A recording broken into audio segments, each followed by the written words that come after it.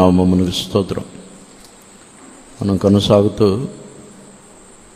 దేవుని గురించిన జ్ఞానము, వీటిని గురించి మనం ధ్యానించుచున్నాం. దేవునికి పరిశుద్ధ నామమునకు స్తోత్రం. పోయిన వారంలో ఈ దేవుని గురించిన జ్ఞానముని ఎలా వెతకాలి అని సామెతల గ్రంథములో ఉన్న వాక్యముని బట్టి మనం ధ్యానించున్నాం. సామెతలు 2వ అధ్యాయముని బట్టి వాటిని మిక్కిలి విలువైనదిగా వెండిని వెతికినట్లు, ముత్యములని వెతికినట్లు దానికి విలువ ఇచ్చినప్పుడు అప్పుడు ఆ దేవుని గురించిన జ్ఞానము లభించుచున్నది. దేవుని గురించిన జ్ఞానము మనకు దొరుకుతున్నదని మనం పోయిన వారంలో ధ్యానించి ఉన్నాం. దేవునికి పరిశుద్ధ నామమునకు స్తోత్రం. ఈ జ్ఞానముని గురించి కొనసాగుతూ మనము ధ్యానించినట్లయితే హోషేయ గ్రంథమునకు వచ్చినప్పుడు ఆ జ్ఞానముని గురించి దేవుడు మాట్లాడుతున్నారు. 6వ అధ్యాయంలో 3వ వాక్యము నుండి దయచేసి చదవండి. యెహోవాను గూర్చిన జ్ఞానం సంపాదించుకుందాము రండి. యెహోవాను గూర్చిన జ్ఞానం సంపాదించుకొనుటకు ఆయనను అనుసరించదము రండి. ఉదయము తప్పక వచ్చు రీతిని ఆయన ఉదయించును, వర్షం వలె ఆయన మన యొద్దకు వచ్చును. భూమిని తడుపునట్టి తొలకరి వర్షము కడవరి వర్షం వలె ఆయన మన యొద్దకు వచ్చును. Then shall we know. 6వ వాక్యం కూడా చదవండి. నేను బలిని కోరను గాని కనికరమునే కోరుచున్నాను. దహన బలుల కంటే దేవుని గూర్చిన జ్ఞానము నాకు ఇష్టమైనది. ఇంగ్లీష్లో Then shall we know if we follow on to know the Lord. His going forth is prepared as the morning, and he shall come upon to the as the rain, as the latter and former rain unto the earth. దేవునికి పరిశుద్ధ నామమునకు స్తోత్రం. హోషేయ ప్రవక్త తాను చెప్పుచున్నాడు, దేవుని గురించిన జ్ఞానముని తెలుసుకుందాము రండి అని హోషేయ ప్రవక్త తాను ఇక్కడ చెప్పుచున్నాడు.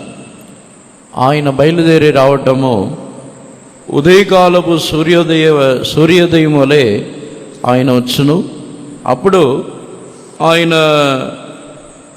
అప్పుడు భూమి మీద తొలకరి వానను కడవరి వాన వలె ఆయన మన యొద్దకు వచ్చును.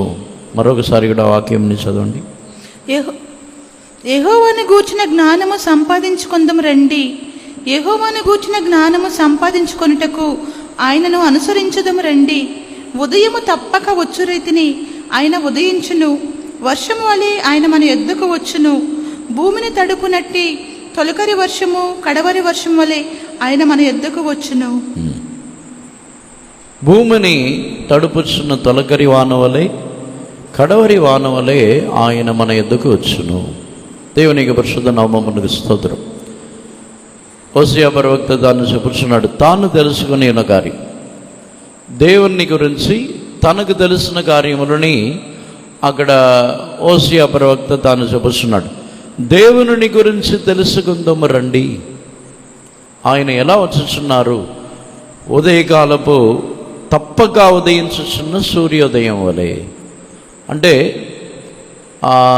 ఒక రాత్రికి తర్వాత ఎలా ఉదయం ఉంటుందో అదే విధముగా మనుషుల ఎడల, దేవుని యొక్క జనుల ఎడల ఆయన తప్పక ఉదయించుచున్నవారు. దేవుని గురించి హోషేయకు ఒక జ్ఞానం, హోషేయ ప్రవక్తకి దేవుని గురించిన జ్ఞానం. ఆయన ఎలా వచ్చేస్తున్నారంటే సూర్యుడు వలె, తర్వాత వర్షము వలె, ఆయన తొలకరి వాన వలె కడవరి వాన వలె ఆయన మన యొద్దకు వచ్చుచున్నారు. దేవునికి పరిశుద్ధ నామమునకు స్తోత్రం. ఇవన్నీ కూడా కరెక్ట్గా ఆ కాలమునకు జరుగుతున్న కార్యము. వర్షము కురవటము, తొలకరి వాన కురవటము, కడవరి వర్షము కురవటము, ఇవి ప్రతి సీజన్స్ ఆ సీజన్లో జరిగే కార్యము. అంటే హోషేయ ప్రవక్తకు దేవుని గురించి తెలిసిన కార్యం ఏమిటంటే, దేవుడు ఆ కాలమునందు సూర్యుడికి ఎందుకు పోల్చి ఉన్నాడంటే ప్రతి దినమును దేవుడు మన యుద్ధకు వచ్చుచున్న విషయాన్ని, ప్రతి దినమును దేవుడు మన యుద్ధకు వచ్చుచున్నారు. రెండవది, వర్షములతో ఎందుకు దేవుని పోల్చి ఉన్నాడంటే దానికి కారణం ఏమిటంటే ప్రతి కాలము తప్పక ప్రతి కాలములోనూ ఆ కాలముని బట్టి అవసరమైన కాలములలో దేవుడు మన యుద్ధకు వచ్చుచున్నారు. వర్షం అవసరమైతే వర్షములే వచ్చుచున్నారు, తొలకరి వాన అవసరమైతే తొలకరి వాన వలె వచ్చుచున్నారు, కడవరి వాన అవసరమైతే కడవరి వాన వలె వచ్చుచున్నారు. దేవునికి పరిశుద్ధ నామమునకు స్తోత్రం. ఓసియా ప్రవక్తకి దేవుడు తన యుద్ధకు వచ్చుచున్న అనుభవము, అంటే దేవుడు జనుల యుద్ధకి ఏ విధముగా వచ్చుచున్నారని తెలిసిన కార్యములను చెబుతున్నాడు. దేవునికి పరిశుద్ధ నామమునకు స్తోత్రం. దీన్ని బట్టి దేవుని గురించి మనము తెలుసుకునేది ఏ విధముగా ఉంటుంది? ప్రతిరోజు సూర్యుని వలె మన యుద్ధకు వచ్చుచున్నారా? సూర్యోదయం, ఉదయకాలపు సూర్యోదయం వలె మన యుద్ధకు దేవుడు వచ్చుచున్నారని మనం తెలుసుకొనిచున్నామా? ఓసియా ప్రవక్త యొక్క జ్ఞానము, అంటే దేవుణ్ణి తెలుసుకొనిచున్న జ్ఞానముని చూడండి. దేవుడు ఎటువంటి వారు? ఆయన తప్పక ప్రతి ఉదయమున ఉదయించుచున్నవారు. దేవునికి పరిశుద్ధ నామమునకు స్తోత్రం. నిజముగా దేవుని గురించిన జ్ఞానము ఎవరికైతే ఉంటుందో వారు ఆ దేవుని సంధించుటకు సిద్ధముగా ఉంటారు. దేవునికి పరిశుద్ధ నామమునకు స్తోత్రం. ఆదాము యొక్క విషయంలో కూడా చూసినట్లయితే ఆదాముకు ఒక జ్ఞానం ఉంది దేవుని గురించి. దేవుడు నిశ్చయముగా చల్లని పూట తోటలోకి వస్తారు అనే జ్ఞానము ఆదాముకు ఉంది. అందుకే ఆ సత్యంని విని దాక్కున్నాడు, భయపడి దాక్కుని ఉన్నాడు. ప్రతిరోజును ఆదాముని దేవుడు సంధించుటకు వచ్చుచున్నారు. అంటే దాన్ని బట్టి చూసినట్లయితే దేవుడు ప్రతిరోజు మనల్ని సంధించడానికి వస్తారని ఒక జ్ఞానం అనుకుంటే దేవుణ్ణి సంధించడానికి మనం సిద్ధపడి ఉంటాం. దేవునికి పరిశుద్ధ నామమునకు స్తోత్రం. మన అవసరములు, కాలములు దీనిని బట్టి ఆయన మనకి జీవితంలో దేవుని గురించి తెలుసుకున్నట్లయితే నిశ్చయముగా ఆ కాలముని బట్టి ఆయన మన యుద్ధకు వచ్చుచున్నారు. దేవునికి పరిశుద్ధ నామమునకు స్తోత్రం.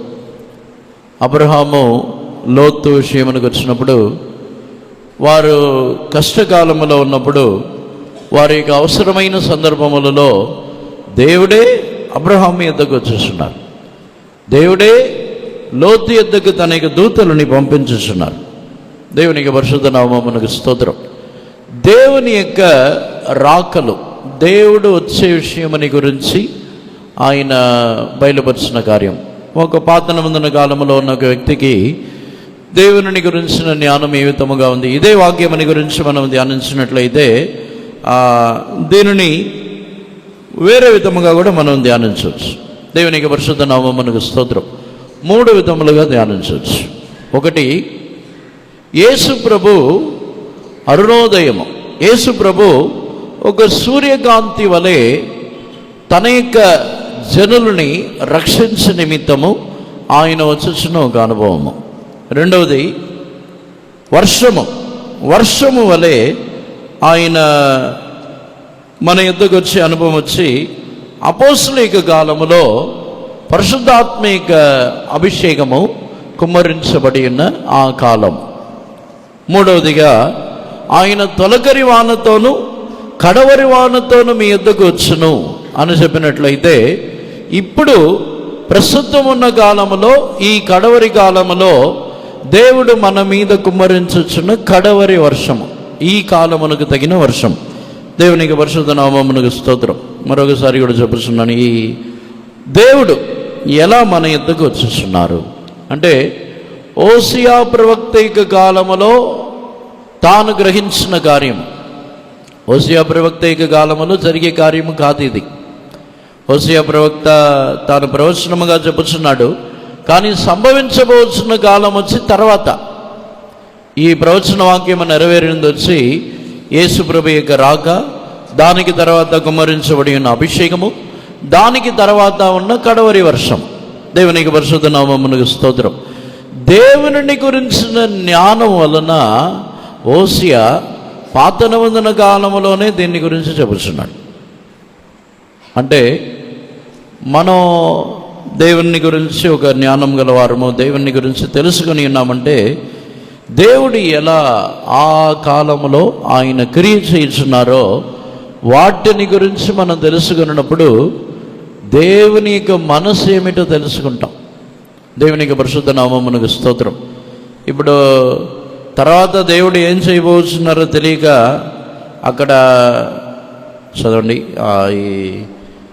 ఈ దేవుని గురించిన జ్ఞానం లేకపోతే ఎఫ్రాయిముని గురించి 4వ వాక్యముల్లో 5వ వాక్యములో చదువుతున్నప్పుడు వారికి జ్ఞానము లేదు కాబట్టి వారి యొక్క భక్తి నిలకడగా లేదు, వారికి తొలగిపోతున్నారు. 4వ వాక్యము నుండి చదవండి.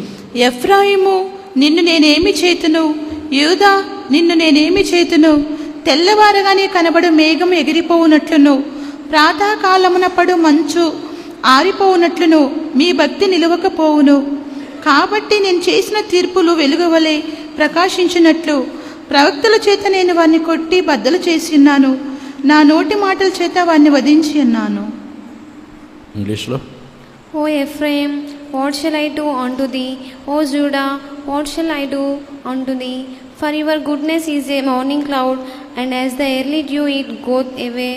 Therefore have I dewed them by the prophets, I have slain them by the words of my mouth, and thy judgments as the light that దేవునికి పరిశుద్ధ నామమునకు స్తోత్రం. ఇక్కడ ఎఫ్రాయిముని గురించి దేవుడు చెప్పుచున్నారు, ఏమి చేయదును? నీ భక్తి ఉదయమున తొలగిపోవచ్చున్న మంచు వలె, మేఘం వలె ఇలా తొలగిపోవచ్చున్నది కదా, నిలకడగా లేదంటున్నారు. దానికి కారణమే వారికి దేవుని యొక్క రాకడ, అంటే యేసు ప్రభు యొక్క రాకలు, దేవుడు ఎలా ఏ కాలంలో వచ్చుచున్నారని ఒక గ్రహింపు వారికి లేదు కాబట్టి వారి భక్తి నిలకడగా లేదు. వారు ఆ కాలముని బట్టి అప్పటికప్పుడు ఏదో బలి అర్పిస్తారు. 6వ వాక్యముని అదే చదివి ఉన్నాం. బలిని నేను కోరటము లేదు, కనికరముని కోరుచున్నాను. బలిని నేను కోరటము లేదు, దహన బలుని నేను కోరటము లేదు, దేవుని గురించిన జ్ఞానమునే నేను కోరుచున్నాను. దేవునికి పరిశుద్ధ నామమునకు స్తోత్రం. సరిగా చెప్పాలంటే దేవుని గురించి సరిగా తెలియకుండా అర్పించుచున్న బలి దేవునికి ఇష్టం లేదు.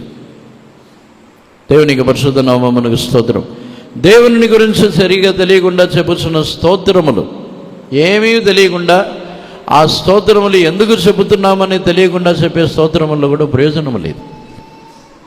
అది దేవునికి ఇష్టం లేదు, ఆ బలులు ఇష్టం లేదు. చాలామంది కౌంటింగ్ మెషిన్ పెట్టుకొని స్తోత్రం చెప్తూ ఉండాలి అని అనుకుంటారు. కానీ ఏ ఉద్దేశము లేకుండా, దేవుని గురించిన జ్ఞానము లేకుండా దాని ద్వారా ఏ ప్రయోజనమును లేదు. దేవునికి పరిశుద్ధ నామమునకు స్తోత్రం. అందుకే దేవుడు ఈ స్థలములో చెబుతున్నారు, బలిని నేను కోరటము లేదు, దహన బలులని నేను కోరటము లేదు, కనికరముని కోరుచున్నాను, దేవుని గురించిన జ్ఞానముని నేను కోరుచున్నాను. మరొకసారి కూడా చదవండి 6వ వాక్యం. నేను బలిని కోరను గాని కనికరమునే కోరుచున్నాను, దహన బలుల కంటే దేవుని గూర్చిన జ్ఞానము నాకు ఇష్టమైనది. దహన బలుల కంటే దేవుని గురించిన జ్ఞానము నాకు ఇష్టమైనది. దేవునికి పరిశుద్ధ నామమునకు స్తోత్రం. దేవుడు తన యొక్క జనుల యొద్ద నుండి కోరుచున్న కార్యం ఏమిటంటే, తన యొక్క జనులు వారు ఏమీ తెలియకుండా, జ్ఞానమే లేకుండా వచ్చి తమను ఆరాధించి బలి అర్పించడం కంటే, తమని గురించి ఎరిగిన వారై, తమను గురించి తెలిసిన వారుగా వారు బలి అర్పించడమని దేవుడు కోరుచున్నారు.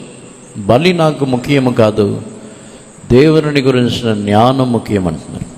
దేవునికి పరిశుద్ధ నామమునకు స్తోత్రం. ఆ జ్ఞానము ఈ ఎఫ్రాయిము వారుగా ఆ జ్ఞానము లేదు. అందుకే వారి యొక్క భక్తి వారికి వచ్చి ఉదయమున కనబడుచున్న మేఘములాగా తొలగిపోతుంది. వారి యొక్క భక్తి వచ్చి వారు మేఘం వలె తొలగిపోతున్నారు, మంచు వలె వారు ఎండ ఎక్కిన తర్వాత మంచు కనపడదు. దేవునికి పరిశుద్ధ నామమునకు స్తోత్రం.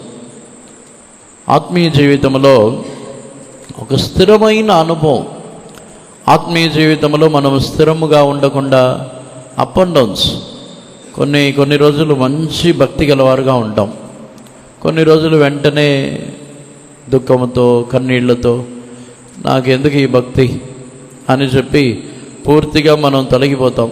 కొన్ని రోజులు ఇది ఎలా అంటే క్రొత్త సంవత్సరం స్టార్టింగ్లో మన యొక్క భక్తి చాలా ఎక్కువ ఉంటుంది.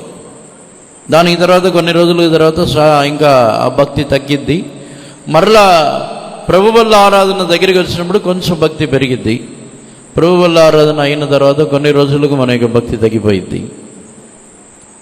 ఏమైనా కన్వెన్షన్స్ జరిగితే అక్కడ కొంచెం భక్తి పెరిగిద్ది, కొంచెం అభిషేకం. కన్వెన్షన్ ముగించి కొన్ని రోజుల తర్వాత మరలా దిగిపోయిద్ది. కారణం ఏంటంటే మనం ఎందుకు ఇలా తగ్గిపోవచ్చు, పెరగచ్చు, ఎందుకు ఇలా ఉన్నామంటే దేవుని గురించిన జ్ఞానం మనకు లేదు.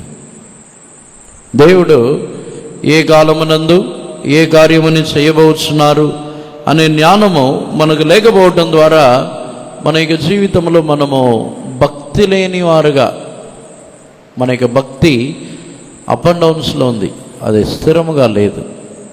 దేవునికి పరిశుద్ధ నామమునకు స్తోత్రం. అందుకే దేవుని గురించిన జ్ఞానము మనకు నిశ్చయముగా అవసరం. దేవునికి పరిశుద్ధ నామమునకు స్తోత్రం. ఇక్కడ హోషేయ ప్రవక్త ఈ కార్యముని ఎందుకు చెబుతున్నాడంటే ఇశ్రాయేల్ జనులు వారు కూడా ఇలా తప్పిపోవచ్చినప్పుడు వారు దేవుని గురించి ఎరగకపోవడం ద్వారా, దేవుడు వచ్చే సమయముని వారు గ్రహించకపోవడం ద్వారా వారు మారు మనసు పొందటంని మానివేస్తున్నారు. దేవుడు వచ్చే సమయంని గ్రహించినట్లయితే ఆ సమయంలో మనము తగ్గించుకుంటాం. దేవునికి పరిశుద్ధ నామమునకు స్తోత్రం. దేవుని గురించిన జ్ఞానం లేకపోవటం వలన మన యొక్క జీవితంలో ఆ సమయంలో చేయవలసిన కార్యములని చేయలేకపోవచ్చు. దేవునికి పరిశుద్ధ నామమునకు స్తోత్రం. అందుకే హోషేయ ప్రవక్త ఈ కార్యముని తేటగా చెబుతున్నాడు.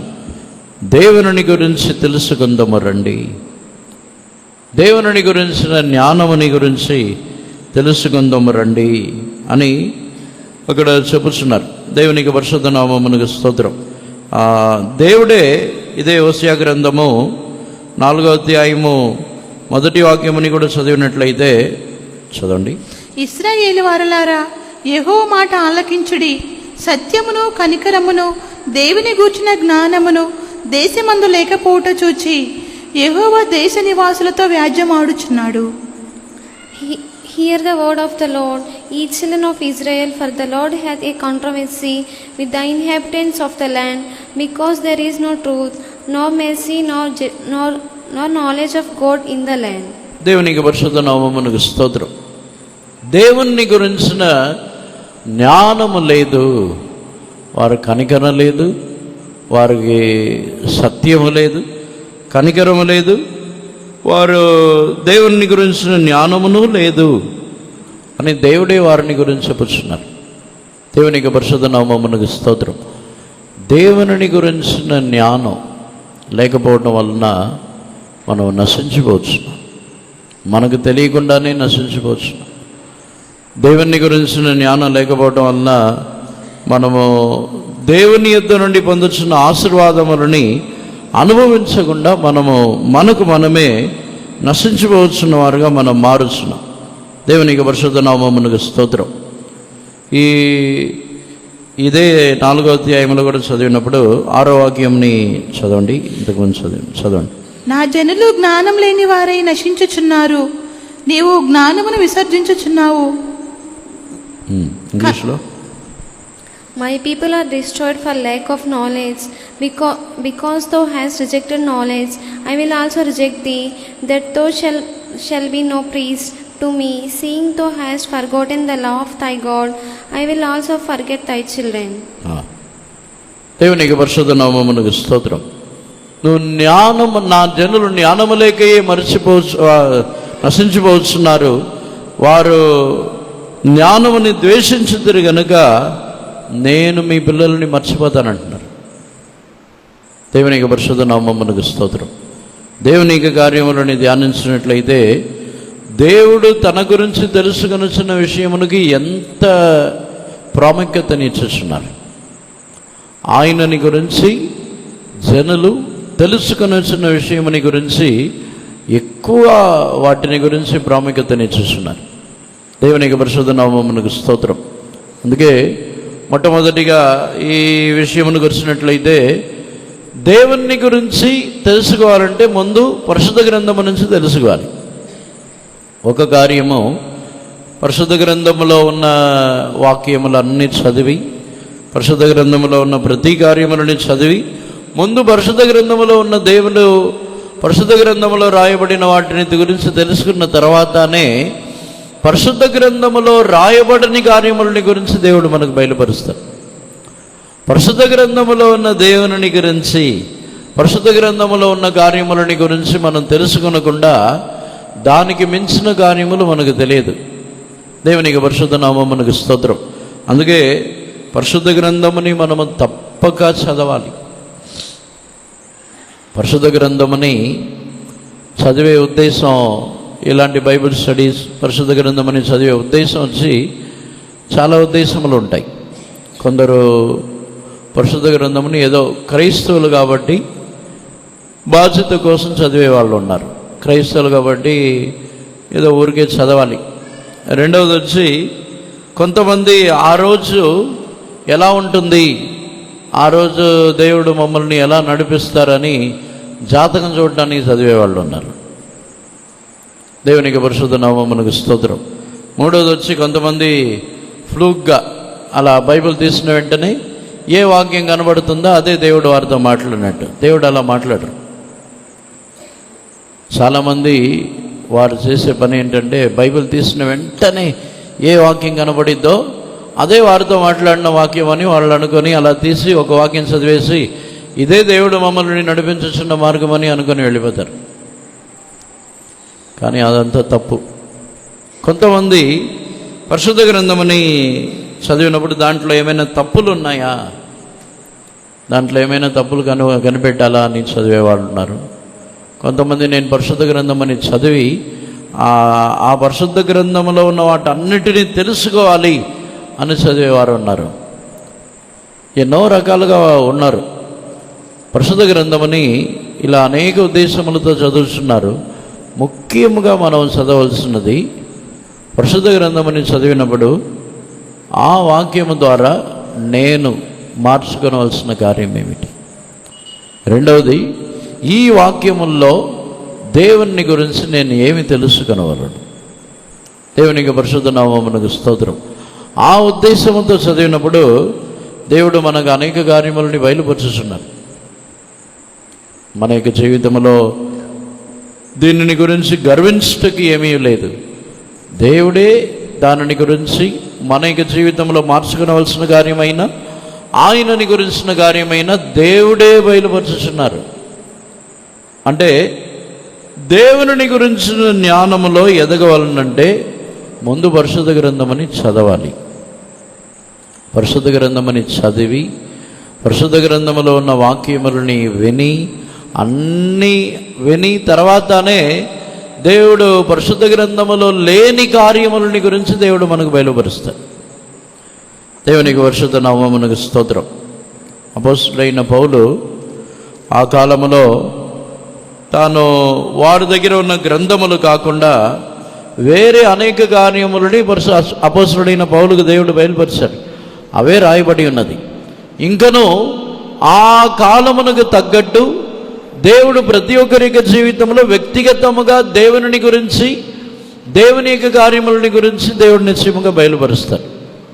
అదొచ్చి పరిశుద్ధ గ్రంథముని గురించి పూర్తిగా తెలుసుకుంటేనే తప్ప దానికి తర్వాత ఉన్న కార్యములు బయలుపరచబడదు, చెప్పబడదు. దేవునికి పరిశుద్ధ నామమునకు స్తోత్రం. ఈ ఓసియా గ్రంథంలో ఉన్న అనుభవము, ఈ వీరు దేవుని గురించి ఎరుగకపోవటం వలన దేవుడు వీరికి విరోధముగా ఆ స్థలములో మారిపోతున్నారు. దేవునికి పరిశుద్ధ నామమునకు స్తోత్రం. అటు తర్వాత యేసు ప్రభు కూడా ఆయనని గురించి తెలుసుకునవలనని కోరుచున్నారు. లూకా సువార్త 11వ అధ్యాయము 52వ వాక్యంని చదవండి. కాబట్టి లోకము పుట్టినది మొదలుకొని, అనగా హేబెలు రక్తం మొదలుకొని బలిపీఠమునకు మందిరమునకు మధ్యను నశించిన జకర్యా రక్తం వరకు చిందించబడిన ప్రవక్తలందరి రక్తముని. అయ్యో ధర్మశాస్త్రోపదేశకులారా, మీరు జ్ఞానమను తాళపు చెవిని ఎత్తుకొని పోతిరి, మీరును లోపల ప్రవేశించు వారిని అడ్డగింతురని చెప్పాను. ఇంగ్లీష్లో, Woe unto you, liars, for ye have taken away the key of knowledge. Ye entered not into yourselves, and them that were entering ye hindered. దేవునికి పరిశుద్ధ నామమునకు స్తోత్రం.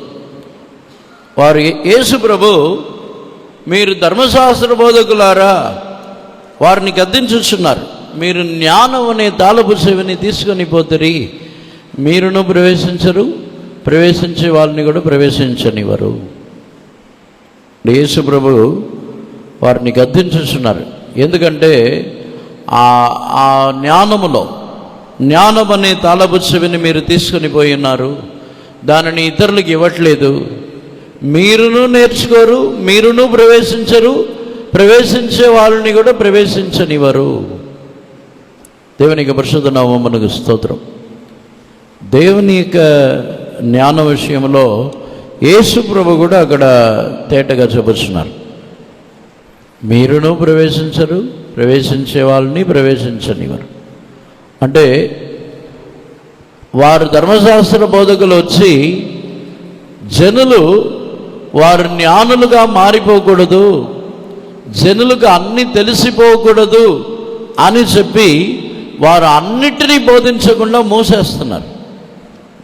దేవునికి పరిశుద్ధ నామమునకు స్తోత్రం. ఈ పరిస్థితి ఇప్పుడు అనేక సంఘములలో, అనేక స్థలములలో కూడా జరుగుతుంది. దేవునికి పరిశుద్ధ నామమునకు స్తోత్రం. బోధించే విషయమునకు వచ్చినప్పుడు ఇవన్నీ వాళ్ళకి ఎందుకు బోధించాలి? ఇవన్నీ వాళ్ళకి తెలియాల్సిన అవసరం లేదు. ఏ ఉపదేశమైనను, ఏ సత్యమైనను దానిని పూర్తిగా అందరికీ దానిని బయలుపరచాలి.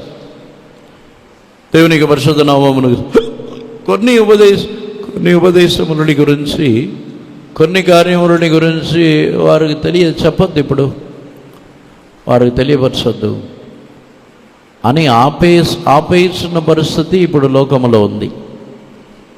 చాలామంది, ఉదాహరణముగా కొంతమంది కొన్ని విద్యలు తెలిసిన వారు అన్నీ నేర్పిస్తారు, ఏదైనా ఒక విషయమని మాత్రం నేర్పించకుండా వారు దాచుకుంటారు. ఎందుకంటే వారు ఆ గురువుని మించిపోకూడదని, శిష్యులైన వారు గురువుని మించిపోకూడదని అసూయతో ఏదో ఒక విద్య నేర్పించకుండా దాచేస్తారు. దేవునికి పరిశుద్ధ నామమునకు స్తోత్రం. అదే విధముగా ఈ ధర్మశాస్త్ర బోధకులు వాళ్ళు చేయించిన కార్యముని గురించి యేసుప్రభు చెబుతున్నారు. జ్ఞానమని తాళపు చెవిని మీరు తీసుకొని పోతరి, ప్రవేశించరు, ప్రవేశించే వాళ్ళని కూడా ప్రవేశించనివ్వరు. రెండు కార్యము. ఒకటి, వారు కూడా నేర్చుకోరంట. వారు కూడా సరిగా చెప్పాలంటే ఇది దేవునికి వాక్యములు, దేవుని గురించిన జ్ఞానం అనేది ఒక ఊట, అది వచ్చి తరిగిపోయేది కాదు. దీనిని గురించి మనకు బయలుపరిచిన కార్యములని గురించి ఇతరులకు చెప్పకపోతే వేరే కార్యం మనకు బయలుపరచబడదు, అది అక్కడితో ఆగిపోయింది. అందుకే ఆ ధర్మశాస్త్ర బోధకులకు దేవుడు చెప్పే కార్యము వారు ఎవరికైనా దానిని చెప్పట్లేదు కాబట్టి వారికి కూడా ఏ విషయమని దేవుడు బయలుపరచట్లేదు. దేవునికి పరిశుద్ధ నామమునకు స్తోత్రం. కొన్ని సందర్భముల్లో వాళ్ళకి ఎందుకులే ఈ విషయాలు, వాళ్ళకి ఎందుకులే ఈ వాక్యములు, వాళ్ళకి ఎందుకులే, దేవుని గురించి పూర్తిగా బయలుపరచాలి. కొన్ని సందర్భముల్లో మనం వినే కార్యములు, నేను విన్న కార్యము ఎలా అంటే, మీరు ఇవన్నీ మీకు చెప్తే మీకు అసలు భయం ఉండదు. నేను విన్న కార్యములు ఏంటంటే, కొన్ని ఉపదేశములని, కొన్ని సత్యములని గురించి చెప్పినప్పుడు ఇవన్నీ మీకు చెప్పేస్తే మీకు అసలు భయమే ఉండదు, అందుకని మీకు ఇవన్నీ చెప్పకూడదు. దేవుని గురించిన కార్యములే. దేవుడు కనికరం గలవారు, దేవుడు ఎంతో దయాదాక్షిణ్యం గలవారు, దేవుని యొక్క కార్యములు దేవుడు క్షమించుచున్నవారు. మన జీవితంలో వీటన్నిటిని గురించి, దేవుని గురించి పూర్తిగా తెలియపరిస్తే మీకు భయమే ఉండదు. అలా కొన్ని విషయములను చెప్పకుండా దాచేస్తాం. దేవునికి పరిశుద్ధ నామమునకు స్తోత్రం. కానీ దేవుని గురించిన భయము కాకుండా దేవుని గురించి ఒక ప్రేమ, దేవుని గురించి ఒక ఆయన స్వభావములని తెలుసుకొని ఇంకా ప్రేమ విస్తరించడానికి ఉన్న ఆటంకమే ఆ ఉపదేశముని సత్యములని చెప్పకపోవటం. దేవునికి పరిశుద్ధ నామమునకు స్తోత్రం.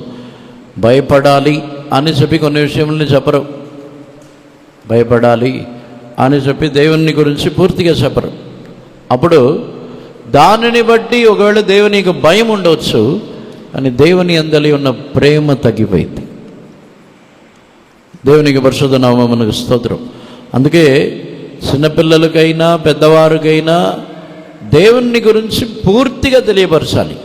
దేవుడు ఎటువంటి వారు, ఆయన స్వభావం ఎటువంటిది, ఆయనని గురించిన జ్ఞానం ఏంటి అని పూర్తిగా వారికి తెలియపరచాలి. మనకు తెలిసిన కార్యములని భయపడటం, భయపడకపోవటం అన్నీ వారికి ఒక స్వేచ్ఛ, ఒక స్వచిత్తం అనేది ఉన్నది. దానిలోనే ఉండాలి. మన కంట్రోల్లో పెట్టుకొని భయపెట్టే విధంగా ఉండకూడదు. దేవునికి పరిశుద్ధ నామమునకు స్తోత్రం. ఈ లూకాసు వార్తలో యేసు ప్రభు చెప్పుచున్న కార్యములు అదే. ధర్మశాస్త్ర బోధకులు వారు వచ్చి పూర్తిగా అన్ని చెప్పట్లేదు. పూర్తిగా చెప్తే వారు యేసు ప్రభు దగ్గరికి వస్తారు, దేవుని మందిరమునకు వస్తారు. పూర్తిగా చెప్తే వారు కూడా దేవునికి సమీపముగా వస్తారు. వారు కూడా దేవునికి సమీపంగా రాకుండా ఉండటానికి వారు చెప్పే కారణములు, మీరు ఇలా బలి అర్పిస్తే కుదరదు, మీరు ఇక్కడ దాకే రావాలి, మీరు ఇక్కడే బలి కొనాలి, ఇలా చాలా ఉపదేశములు వారి యొక్క ధర్మశాస్త్ర బోధలు దేవుని యొద్దకు రానివ్వకుండా ఆపేస్తుంది. దేవునికి పరిశుద్ధ నామమునకు స్తోత్రం. అందుకే దేవుని గురించిన జ్ఞాన విషయంలో యేసు ప్రభు వారిని గద్దించుచున్నారు. వారి విషయంలో చదవండి 52వ వాక్యం, 53వ వాక్యంని కూడా చదవండి. ఆయన అక్కడి నుండి వెళ్ళినప్పుడు శాస్త్రులను పరిసయ్యులను ఆయన మీద నిండా పగపట్టి ఆయన మీద నేరం మోపవలనని ఉండి ఆయన నోట నుండి వచ్చు ఏ మాటనైనాను పట్టుకున్నట్టుగా పొంచి వెదుకుచు చాలా సంగతులను గూర్చి ఆయన మాట్లాడింపసాగిరి. దేవునికి పరిశుద్ధ నామమునకు స్తోత్రం. ఇంగ్లీష్లో కూడా చదవండి. And as he said these things unto them, the scribes and the Pharisees began to argue him vehemently and to provoke him to speak of many things. దేవునికి పరిశుద్ధ నామమునకు స్తోత్రం. ఈ వాక్యముల్లో చూస్తే మీరు వారు పరిసయ్యుల్ని గద్దించిన వెంటనే ఆయనదేమైనా తప్పు దొరుకుతుందా, ఆయన ఉపదేశములు ఏమైనా తప్పు దొరుకుతుందా అని వెతుకుచున్నారు. దేవునికి పరిశుద్ధ నామమునకు స్తోత్రం. ఎందుకంటే పరిసయ్యులు పూర్తిగా వాటిని బోధించటం లేదు, పూర్తిగా వాటిని తెలియపరచడం లేదు. యేసు ప్రభు ఎందుకు తెలియపరచడం లేదంటే ధర్మశాస్త్ర కాలం యొక్క ముగింపు, యేసు ప్రభు వచ్చిన తర్వాత ధర్మశాస్త్రం ముగించబడి ఒక కృపాకాలం ప్రారంభించబడుతున్నది అనే కార్యములని వారు కొంచెము తెలిసినా పూర్తిగా దాన్ని చెప్పరు, పూర్తిగా దాన్ని తెలియపరచరు. మెస్సయ్య వచ్చే కాలం ఇదే, మెస్సయ్య వచ్చినప్పుడు ఈ విధముగా జరిగిద్ది, మెస్సయ్యాన్ని మీరు విశ్వసించాలి, యేసు ప్రభుని విశ్వసించాలనే విషయంని వీరు ధర్మశాస్త్ర బోధకులు పూర్తిగా చెప్పరు. చెప్తే వీళ్ళ దగ్గర నుంచి వెళ్ళిపోతారని పరిసయ్యులు ఈ ధర్మశాస్త్ర బోధకుల దగ్గర నుంచి వీళ్ళ దగ్గర మనుషులు ఉండకుండా యేసు ప్రభు దగ్గరికి వెళ్ళిపోతారేమో అని భయపడి అన్ని విషయములు చెప్పరు, వీరి కంట్రోల్లోనే ఉండాలి. దేవునికి పరిశుద్ధ నామమునకు స్తోత్రం. అదే విధముగానే అనేక సంఘములలో, అనేక స్థలములలో వారు దేవుని వైపు, దేవునికి సమీపించనివ్వకుండా జనుల్ని వారి యొక్క గుప్పెట్లో పెట్టుకోవడానికి, వారి యొక్క ఆధిక్యములో ఉండటానికి అన్ని విషయములని వారికి బయలుపరచారు. దేవునికి పరిశుద్ధ నామమునకు స్తోత్రం. ఉదాహరణముగా ఒక వ్యక్తి యొక్క జీవితంలో ఏమైనా వ్యాధి, బలహీనతలు, సమస్యలు ఏమైనా వచ్చినప్పుడు వారికి ఏమని పూర్తిగా దేవుని గురించి చెప్పాలంటే, మీ నిమిత్తము కూడా యేసుప్రభు మరణించి ఉన్నారు, మీరు విశ్వసించి మీరు దేవుని యొద్ద వేడుకున్నట్లయితే మీ అందరినీ కూడా దేవుడు కనికరము చూపిస్తారు, మీరే ప్రార్థన చేయండి, మీరే వేడుకోండి అని ధైర్యపరచవచ్చు. కానీ అలా కాకుండా మీరు మా దగ్గరికి రాకుండా మీకు స్వస్థతే రాదు అని ఆ దేవుని గురించిన జ్ఞానముని మూసివేయించున్నారు. దేవునికి పరిశుద్ధ నామమునకు స్తోత్రం. మేము ప్రార్థన చేయకుండా మీకు విడుదల రాదు అనేది తప్పు. అది దేవుని గురించిన జ్ఞానముని తెలియనివ్వకుండా మూసివేయటం. దేవునికి పరిశుద్ధ నామమునకు స్తోత్రం. భూమిలో ఏ మనుషులకును ప్రత్యేకముగా సాతానుడి మీదో, వ్యాధి మీదో, లేకపోతే ఎటువంటి సమస్యలు, పోరాటములు, ఏ కార్యముల మీదను ఏ మనుషులకును ప్రత్యేకముగా ఒక అధికారము లేదు. ఆ అధికారము యేసుప్రభు ద్వారా వచ్చినదే. దేవునికి పరిశుద్ధ నామమునకు స్తోత్రం. యేసుప్రభు ద్వారా వచ్చిన అధికారము ఏదో కొంతమందికి మాత్రమే కాదు, విశ్వసించుచున్న వారు అందరికీ ఇవ్వబడింది. మార్కు సువార్త చివరి అధ్యాయంలో ఈ వాక్యముల్ని చదువుతున్నాం. విశ్వసించుచున్న వారు అందరూ దయ్యములను వెళ్ళగొడతారు, విశ్వసించుచున్న వారు అందరూ వ్యాధిని స్వస్థపరుస్తారు, విశ్వసించుచున్న వారు అందరికీ మరణకరమైన, హానికరమైనది ఏది వారికి హాని చేయదు. దానికని ప్రత్యేకమైన మనుషులు ఎవరు లేరు. విశ్వసించుచున్న వారు అందరి యొక్క జీవితంలోనూ జరిగింది. దీన్ని ఎందుకు చూపిస్తున్నానంటే, కొన్ని విషయములని పూర్తిగా తెలియపరచకుండా ఈ జ్ఞానముని వారు తమ జ్ఞానము అనే తాళపు చెవిని మీరు తీసుకొని పోతున్నారు. మరొకసారి కూడా వాక్యమని చదవండి. 52వ వాక్యం. అయ్యో ధర్మశాస్త్రోపదేశకులారా, మీరు జ్ఞానమును తాళపు చెవిని ఎత్తుకొని పోతిరి, మీరును లోపల ప్రవేశింపరు, ప్రవేశించు వారిని అడ్డగింతురని చెప్పెను. ఇంగ్లీష్లో. Woe unto you, learners, for ye have taken away the key of knowledge. Ye entered not in yourselves, and them that were entering ye hindered. దేవునికి పరిశుద్ధ నామమునకు స్తోత్రం. జ్ఞానం అనే తాళపు చెవిని ఎత్తుకొని పోతిరి అంటే వారికి దొరకకూడదని. యేసుప్రభు చెప్పేది, ఇతరులకు దొరకకూడదని మీరు ఎత్తుకొని పోయారా? ఇతరులకు తెలియకూడదు. దేవునికి పరిశుద్ధ నామమునకు స్తోత్రం. యేసుప్రభు యొక్క పునరుత్థానముని గురించి కూడా వారు విశ్వసించకుండా, యేసుప్రభుని దేవుడు తన యొక్క ఆత్మ ద్వారా లేపి ఉన్నారని వాళ్ళకి తెలుసునా ఆయన్ని ఎవరో తీసుకుని పోయారని అలాంటి రూమర్స్ని పుట్టించారు ఆ కాలంలోనే. ఎందుకంటే యేసుప్రభు ఆయనే పునరుత్థానము చెంది ఉన్నారని చెప్తే జనులు నమ్మి వీరిని వదిలి వెళ్ళిపోతారు. పునరుత్థాన శక్తి ఒకటి క్రియ చేసిందని చెప్పినప్పుడు వీరిని వదిలేసి వెళ్ళిపోతారు. అందుకే దేవుని గురించి వారు పూర్తిగా తెలియనివ్వకుండా ఆ జ్ఞానముని వారు తీసివేయుచున్నారు. దేవునికి పరిశుద్ధ నామమునకు స్తోత్రం. యేసుప్రభు యోహాను సువార్తలో కూడా ఆయన ఈ జ్ఞానముని గురించి చెప్పుచున్నారు. యోహాను సువార్త 17వ అధ్యాయములో 3వ వాక్యముని చదవండి. అద్వితీయ సత్యదేవుడవైన నిన్నును నీవు పంపిన యేసుక్రీస్తుని ఎరుగుటే నిత్య జీవము. చేయుటకు నీవు నాకు ఇచ్చిన పని నేను. And this is life eternal, that they might know thee, the only true God, and Jesus Christ, whom thou hast sent. దేవునికి పరిశుద్ధ నామమునకు స్తోత్రం. దేవుని గురించిన జ్ఞానముని గురించి చెప్పినప్పుడు దేవుని గురించి ఆయన పంపిన యేసుప్రభుని గురించి ఎరుగుటయే నిత్య జీవం. అంటే దాన్ని బట్టి చూసినట్లయితే దేవుని గురించి, యేసుప్రభు గురించి పూర్తిగా తెలియకుండా నిత్య జీవమని కూడా మనం స్వతంత్రించుకోలేం. మరొక విధంగా చెప్పాలంటే మరణము నుండి కూడా మనం విడుదల పొందలేం. దాన్నే వారు దాచేశారు. ఈ న్యాయశాస్త్రులు, ధర్మశాస్త్ర ఉపదేశకులు వారు దాచేసిన కార్యం ఏమిటంటే ఈ జ్ఞానమునే దాచేశారు. యేసుప్రభుని గురించి, దేవుని గురించి తెలిస్తే వాళ్ళు మరణము నుండి విడుదల పొందుతారు. మరణము నుండి విడుదల పొంది నిత్య జీవం గలవారుగా మారుతారు. వారును ప్రవేశించట్లేదు, ప్రవేశించే వాళ్ళని కూడా ప్రవేశించనివ్వరు. అంటే దానికి కారణం ఏమిటంటే వారి దగ్గర నుంచి ఎక్కడ మనుషులు వెళ్ళిపోతారో ఏమో. వారు అసూయపడేది తమ దగ్గర నుంచి వేరే యేసుప్రభుని వెంబడించి వారి దగ్గరికి అనేకులు వెళ్ళిపోవచ్చున్నప్పుడు మన పరిస్థితి ఏమిటి అని అసూయతో జనులకి అన్ని విషయములను వారు తెలియపరచలేదు. మరణము నుండి తప్పించే మార్గములని కూడా తెలియపరచలేదు.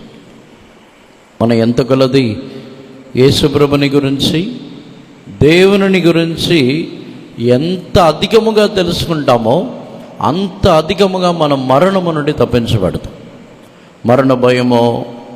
మరణ భయం ఎందుకు వస్తుందంటే దేవుని గురించిన జ్ఞానం లేదు.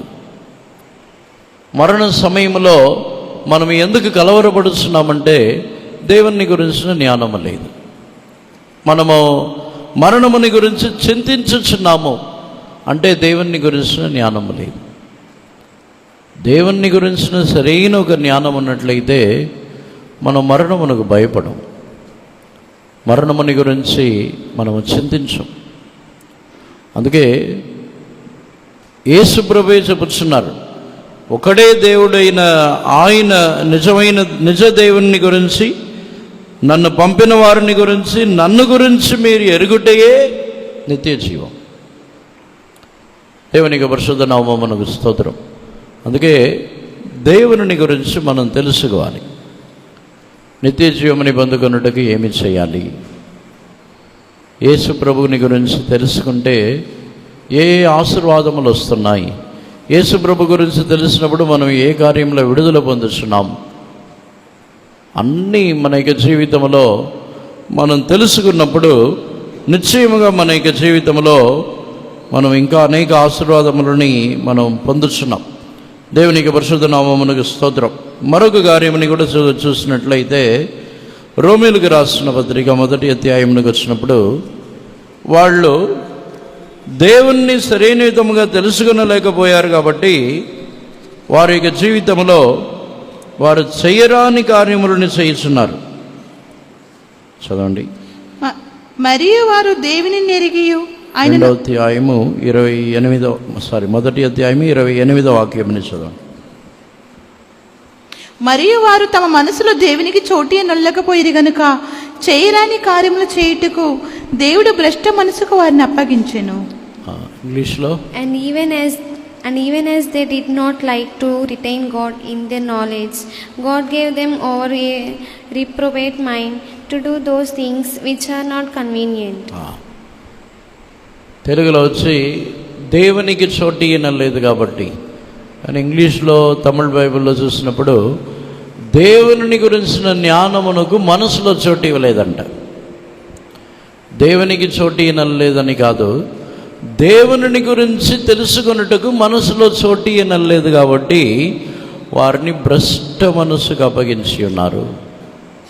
అంటే దేవుని గురించి తెలుసుకున్నట్టుకు మనము వాంఛించి దేవుని గురించి తెలుసుకున్న జ్ఞానం మనకు లేకపోతే అప్పుడే ఈ భ్రష్టత్వం, భ్రష్ట మనసు అంటే కింద ఉన్న వాక్యములో చదవచ్చు ఎన్ని దుష్ట స్వభావములు ఉన్నాయో. ఆ దుష్ట స్వభావమునకు మనము ఎందుకు బానిసలై ఆ దుష్ట స్వభావం గలవారుగా మారుచున్నామంటే దానికి కారణం దేవునికి, తెలుగులో దేవునికి చోటు ఇనలేదని, కానీ ఇంగ్లీష్లో ఉన్న వాక్యముని బట్టి దేవుని గురించి తెలుసుకున్నట్టుకు మన యొక్క మనసులో చోటు ఇవ్వలేదంట. దేవునికి పరిశుద్ధ నామమునకు స్తోత్రం. అంటే మన యొక్క జీవితంలో దేవుని గురించి ఎంత అధికముగా తెలుసుకుంటామో అంత అధికముగా ఈ దుష్ట స్వభావములు అన్నిటిలో నుండి విడుదల పొందుతాం. ఈ మొదటి అధ్యాయం 29వ వాక్యంలో చదివితే ఆ దేవుని గురించి తెలుసుకోకపోయినప్పుడు ఈ స్వభావములన్నీ వస్తాయి. కింద ఉన్న రాయబడిన స్వభావములన్నీ వస్తాయి.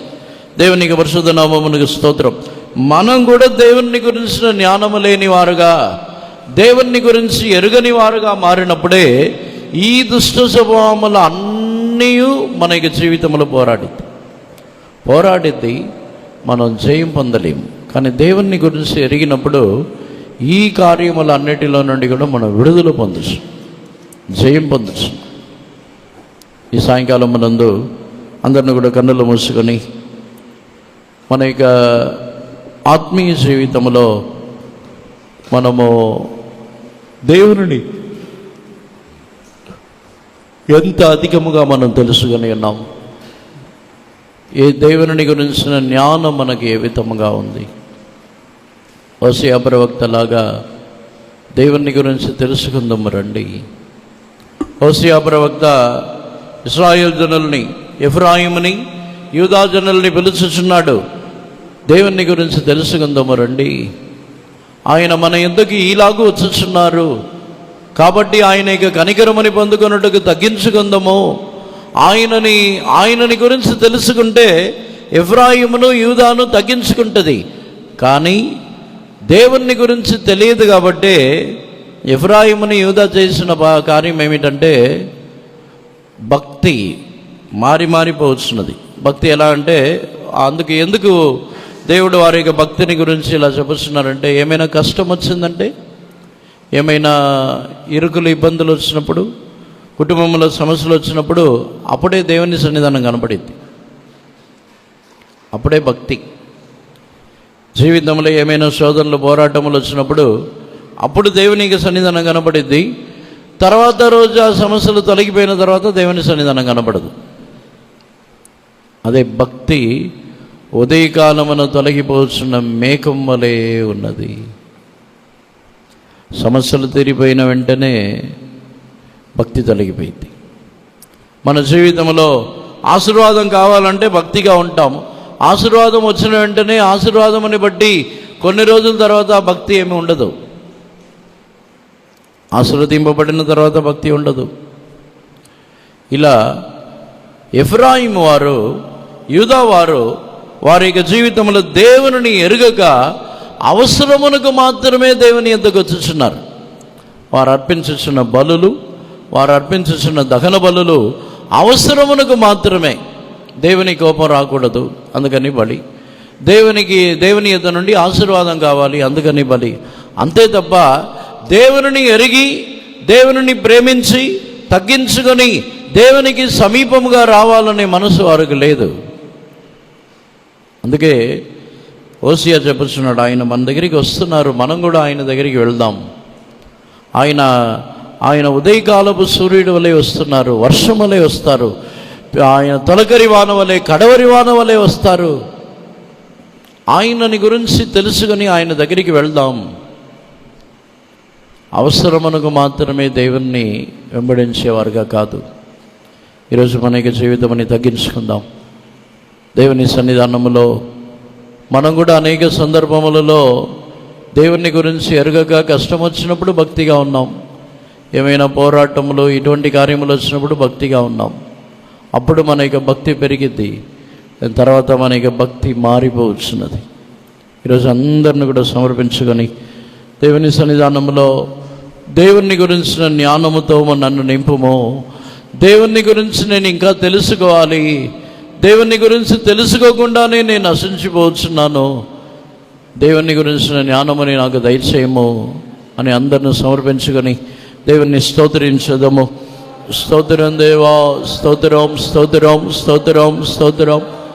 హల్లెలూయా, హల్లెలూయా, హల్లెలూయా, హల్లెలూయా, హల్లెలూయా. ఆమేన్. స్తోత్రం అయ్యా, స్తోత్రం, స్తోత్రం, స్తోత్రం. ఆమేన్. ఇంకా దేవుని గురించి ఇంకా అధికముగా తెలుసుకోవాలంటే దేవుని గురించి మనకు తెలిసిన కార్యములని గురించి చెప్పాలి. మనకు తెలిసిన ఉపదేశములైనను సత్యములైనను దానికి అందరికీ బయలుపరచాలి.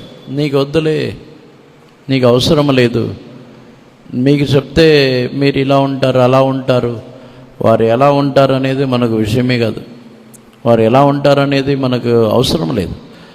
దేవుని గురించిన కార్యములు తెలియపరచబడినప్పుడు అందులో ఒక విశేషమైన అనుభవం ఉంది. వారును ప్రవేశించుచున్నారు.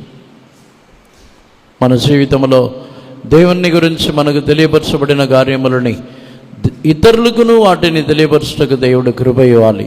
అందుకొరకు దేవుణ్ణి స్తోత్రించదము. స్తోత్రం దేవా, స్తోత్రం స్తోత్రం స్తోత్రం స్తోత్రం స్తోత్రం. హల్లెలూయా హల్లెలూయా హల్లెలూయా స్తోత్రం. దేవుని గురించి, ఆయన కుమారుడైన యేసు ప్రభుని గురించి ఎరిగి నిత్య జీవం గల వారుగా మనం మార్చబడాలి. దేవుని గురించి తెలుసుకొని మనం మరణము నుండి విడుదల పొందాలి, నిత్య జీవం గల వారుగా మార్చబడాలి. అందుకొరకు దేవుణ్ణి స్తోత్రించదము. స్తోత్రం స్తోత్రం స్తోత్రం స్తోత్రం స్తోత్రం స్తోత్రం. హల్లెలూయా స్తోత్రం స్తోత్రం. దేవుని గురించి తెలుసుకొనిసిన జ్ఞానమునకి మనసుని అప్పగించి మనము భ్రష్ట మనసు నుండి విడుదల పొందాలి. వేరే ఏ దుష్ట స్వభావంలో భ్రష్ట మనసు మనకు ఉండకుండా దేవుని యొక్క కార్యములని, దేవుని గురించి తెలుసుకున్నట్టుగా మనసుని అప్పగించాలి. దేవుడు కృప ఇవ్వాలందుకొరకు దేవుణ్ణి స్తోత్రించదము. స్తోత్రం స్తోత్రం స్తోత్రం స్తోత్రం స్తోత్రం స్తోత్రం.